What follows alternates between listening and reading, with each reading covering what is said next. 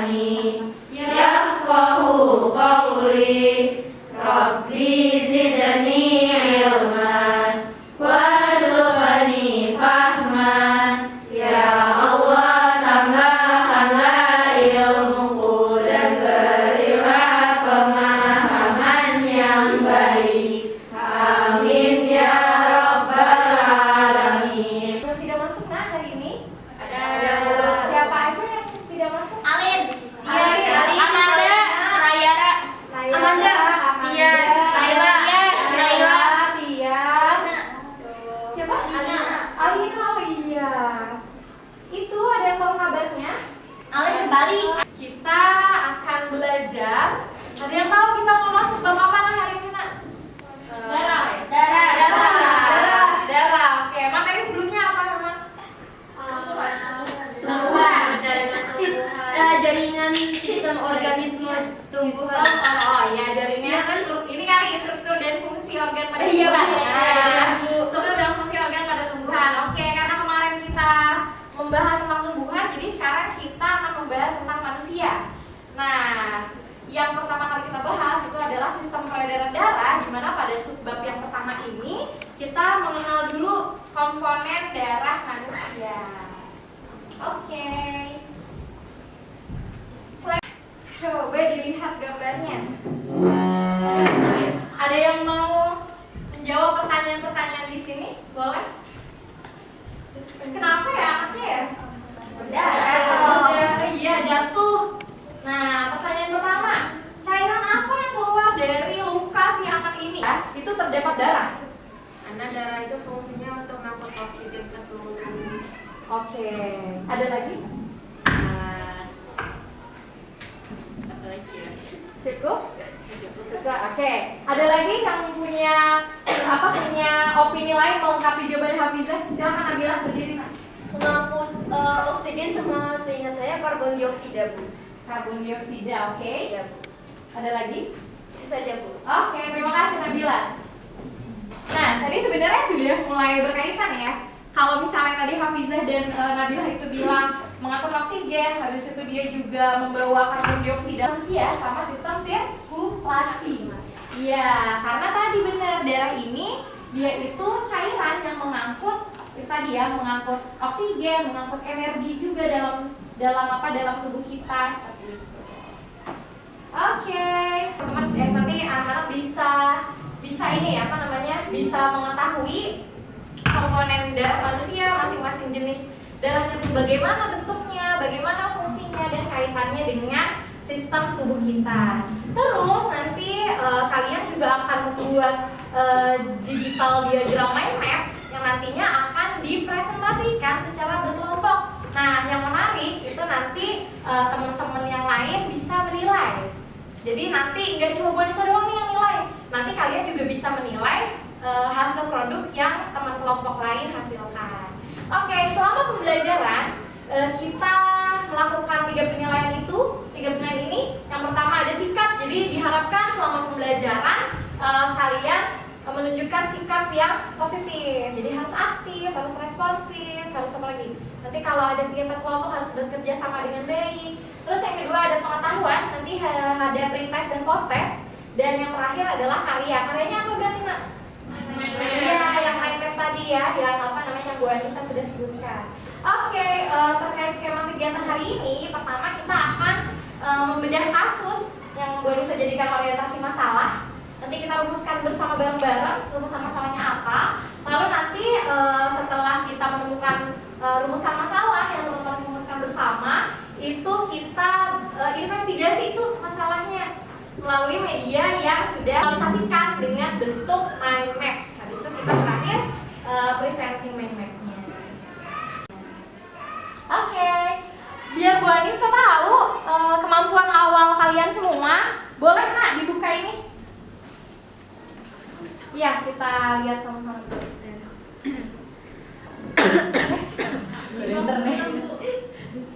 Ibu aku main ya, Ibu main Bu. Oh iya, sebentar.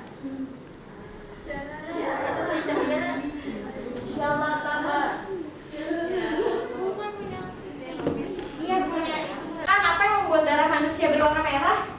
Wah, ini semuanya udah semuanya tidak ada yang memilih pilihan lain selain hemoglobin dan jawabannya betul. Jadi darah kita yang keluar kenapa warnanya merah? Karena terdapat hemoglobin yang terdapat pada sel darah apa berarti? Sel Darah merah. Oke. Nah, oke, ini sudah duduk berkelompok seperti kelompok IPA seperti biasanya ya. Oke. Sekarang kita akan menyelidiki kasus seperti yang di PowerPoint. Nah, biar diskusinya enak, ini kita di LKPD ya. Silakan.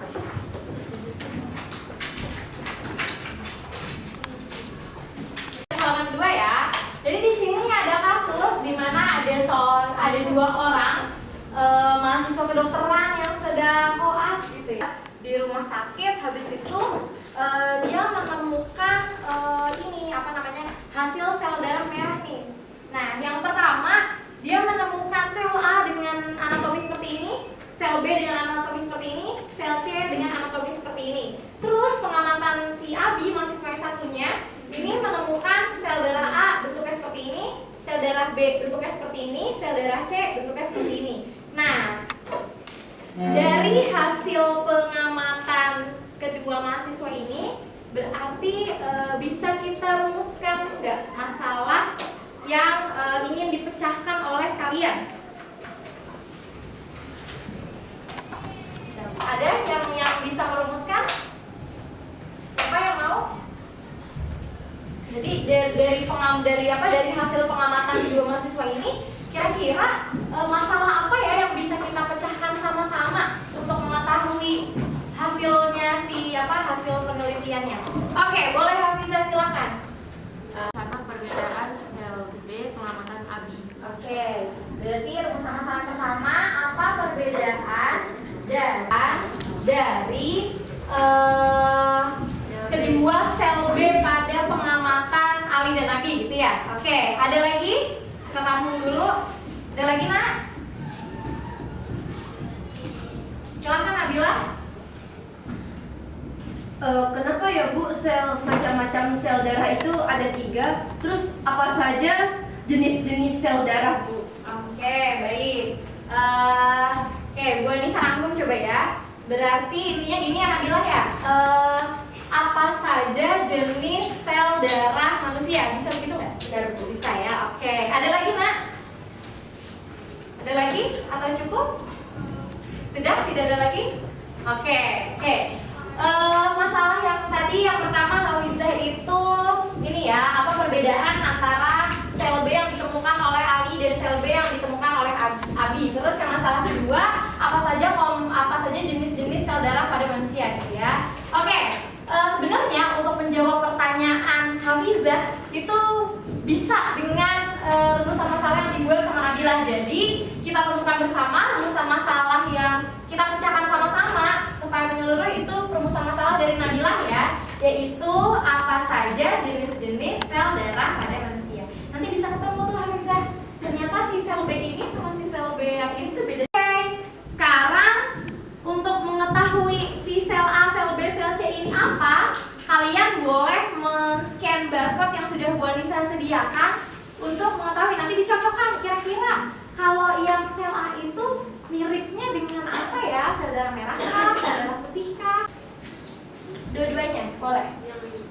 Yang ini, ya yang ini boleh, yang ini boleh.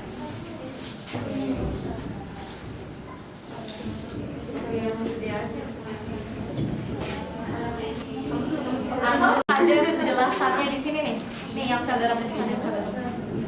Nih yang sel darah putih. Jadi nanti diklik ini ada limfosit, ada monosit, ada basofil, neutrofil. Wah, ini Najila, kenapa sel darah putih ini yang Kenapa sel darah putih warna ungu? Yang ungu itu apanya? ini Bu? Yang ungu itu inti selnya. Oh, Kenapa dia harus punya inti sel? Jadi kalau sel darah putih, kamu pernah tahu game ini nggak? Pac-Man? tahu Bu, Pac-Man ya.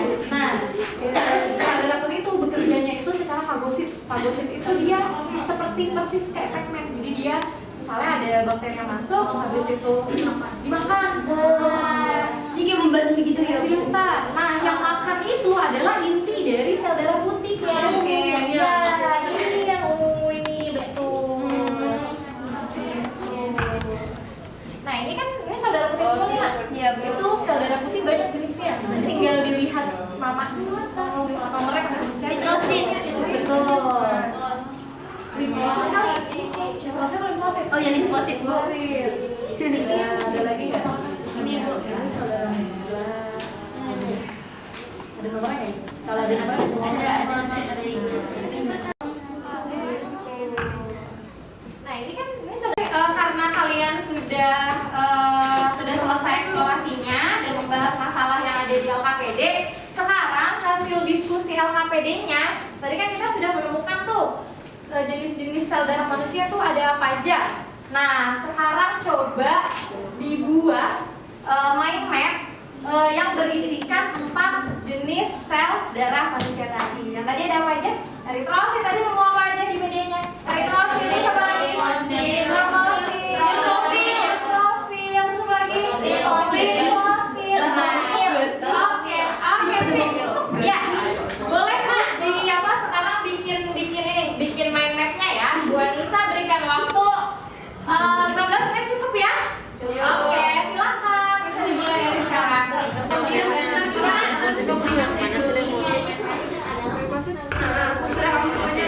Aku aja carinya pakai nama doang. Mana yang saudara yang sana? Itu kan pakai yang parameter kan? Ada Urcites. Yang ini? Beda. Beda. Ini kan yang tadi kan, ini kan kasus 1. Komponen darah manusia. Udah, Nabila udah. Lagi ini, Bu, lagi dicari. Lagi dibuat juga nih, Bu. Wah, coba lihat. Maaf. Diganti dulu gak sih, Kar?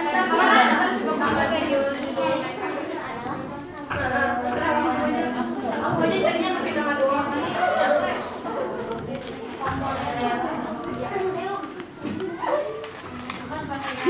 Lanjutkan.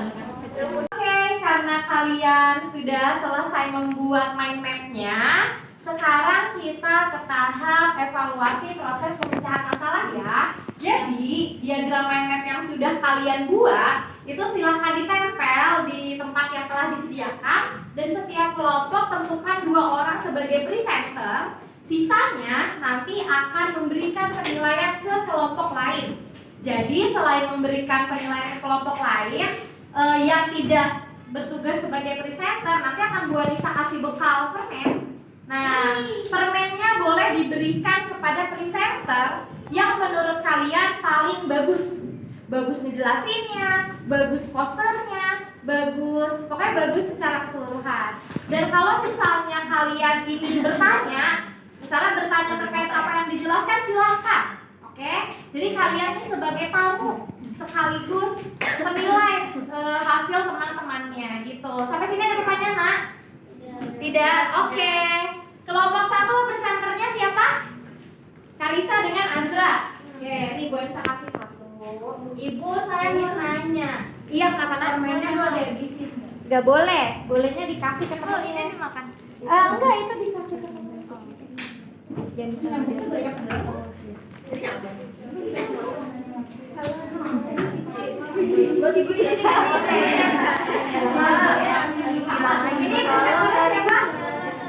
Oke. Ini dikasih dilasak dan tapi harus objektif ya. Halo, kamera. Ini presenternya siapa? Trombosit itu adalah segmen kelapa darah yang kayak sel-sel lain. Ibu ke saya mulu deh. Nah, trombosit. Assalamualaikum warahmatullahi wabarakatuh. Selamat datang di stand kami. Kami akan menjelaskan saya Karisa dan ini Adra Aziza. Nah, pertama yang bakal aku jelasin nih, aku akan jelasin dari proses eritrosit. Jadi eritrosit itu biasanya memiliki jumlah yang bervariatif tergantung jenis kelaminnya. Hemoglobin dan dia selanjutnya membawa oksigen dari paru-paru ke jaringan. Nah, untuk selanjutnya trombosit akan dilakukan oleh azas. Trombosit itu sel darah yang punya peran penting dalam proses pembekuan saat terjadi luka. Dia darah bisa cepat dibekukan. Selanjutnya ada leukosit. Ya, leukosit akan saya jelaskan. Jadi leukosit adalah nama lain dari sel darah putih yang merupakan sel-sel dalam darah yang membantu tubuh melawan infeksi dan beberapa penyakit. Nah, ketika jumlah sel darah putih dalam darah lebih tinggi dari biasanya, maka kondisi ini disebut leukemia. Bukan. Oh, leukositosis. Leukositosis. Fungsi sel darah putih atau leukosit yang utama adalah melawan berbagai mikroorganisme penyebab infeksi. Oke, selanjutnya ada plasma darah. Kembali lagi ke plasma darah, ada cairan berwarna kekuningan yang bertugas membawa sel darah. Plasma darah terdiri dari dua personil yang berfungsi untuk membantu mengisi pembuluh darah yang membuat darah dan nutrisi lainnya terus mengalir melalui jantung. Sekian dari kami, Ada yang mau nanya nggak? Nggak ada. Tadi banyak padahal yang bisa digali ya. Plasma darah. Aku mau nanya eritrosit yang ada di pria tuh berapa sih persentasenya? Eritrosit yang ada di pria. Pria dan wanita. Pria dan wanita. Betul. Kalau pria itu 4,5 sampai 5,9 juta. Kalau wanita itu 4,1 sampai 5,1 juta. Oh, berarti lebih banyak pria ya? Lebih banyak pria. Kenapa bisa lebih banyak pria, Fitri? Kira-kira? Haid. Oh, karena wanita itu haid. Ya juga sih sebenarnya. Kalau pria itu dia tuh kebutuhan. Gara-gara kayaknya laki-laki tuh lebih banyak dialog. Nah, karena kalau pria itu dari aktivitas dia kan jauh lebih banyak, Fitri. Terus juga secara organ biasanya juga kan ukurannya lebih besar ya. Nah, kalau pria kan kalau sel darah merah tuh dibentuknya di mana? Sumsum tulang belakang, pokoknya tulang-tulang limpa yang ada di sumsum. Nah, itu memproduksi sel darah merah karena ukuran tubuh pria juga lebih besar, dan juga aktif banyak. Betul, aktivitasnya juga lebih banyak, maka dia butuh eritrosit yang lebih banyak juga. Gitu. Relatif lebih banyak daripada wanita. Relatif lebih banyak dari wanita. Oh, udah. Silakan dinilai buat yang paling baik.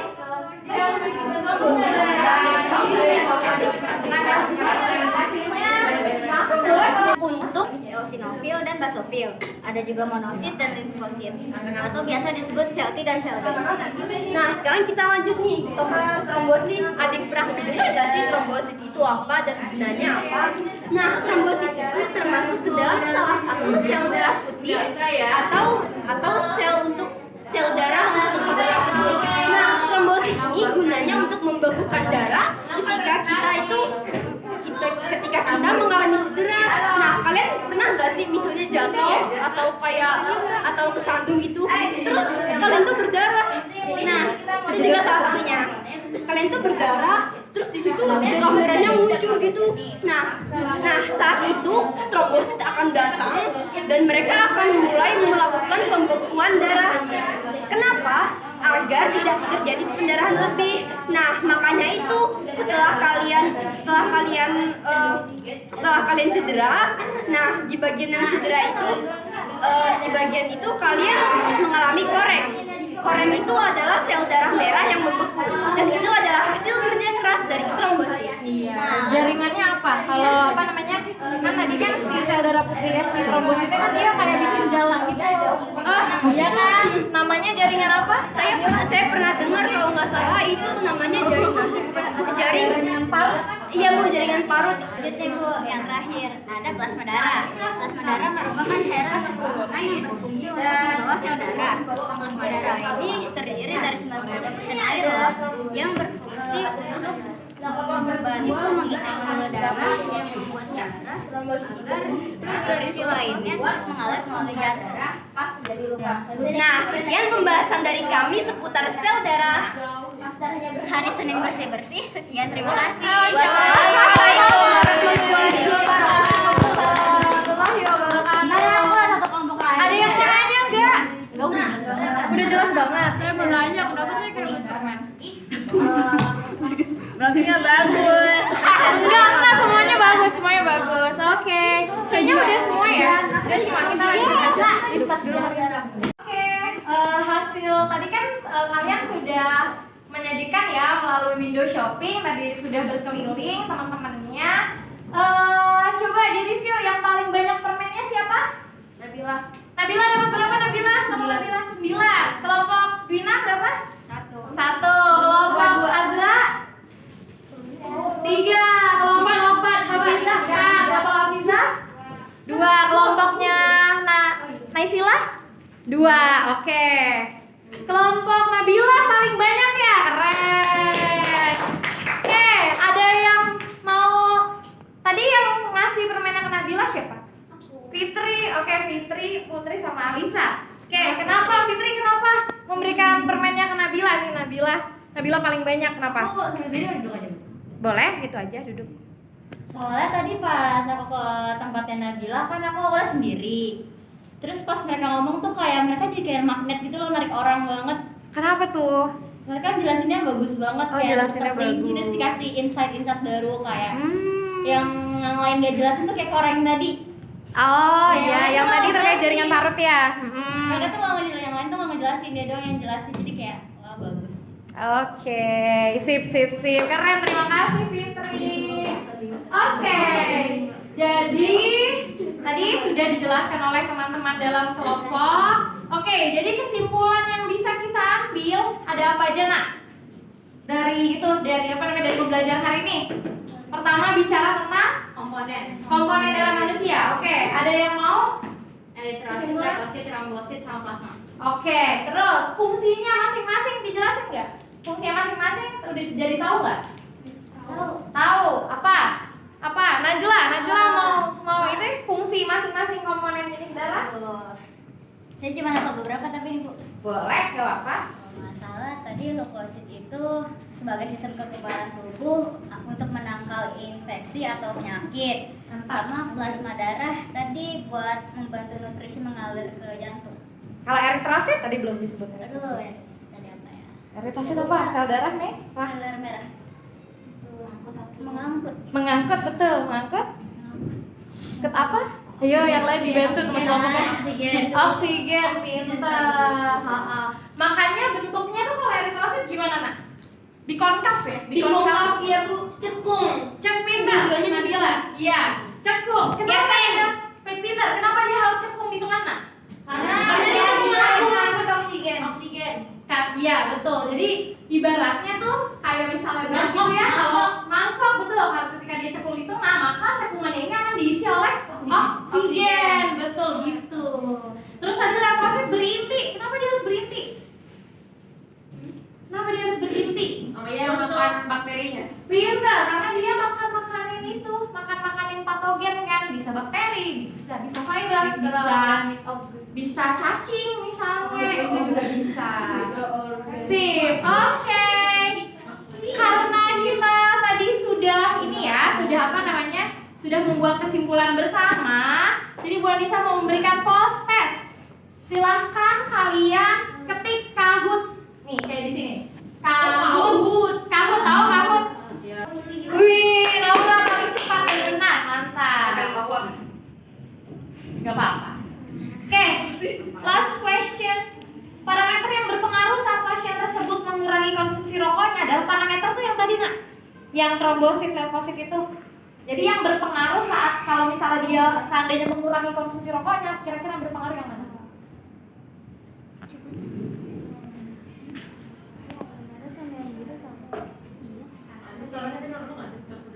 Saturasinya rendah. Tadi saturasinya rendah. Ibu itu Bedanya yang merah sama yang saturasi itu ini apa namanya keterlarutan oksigen dalam darah. Jadi sebenarnya itu kaitannya sama hemoglobin. Makanya dia kalau rendah 2, 1.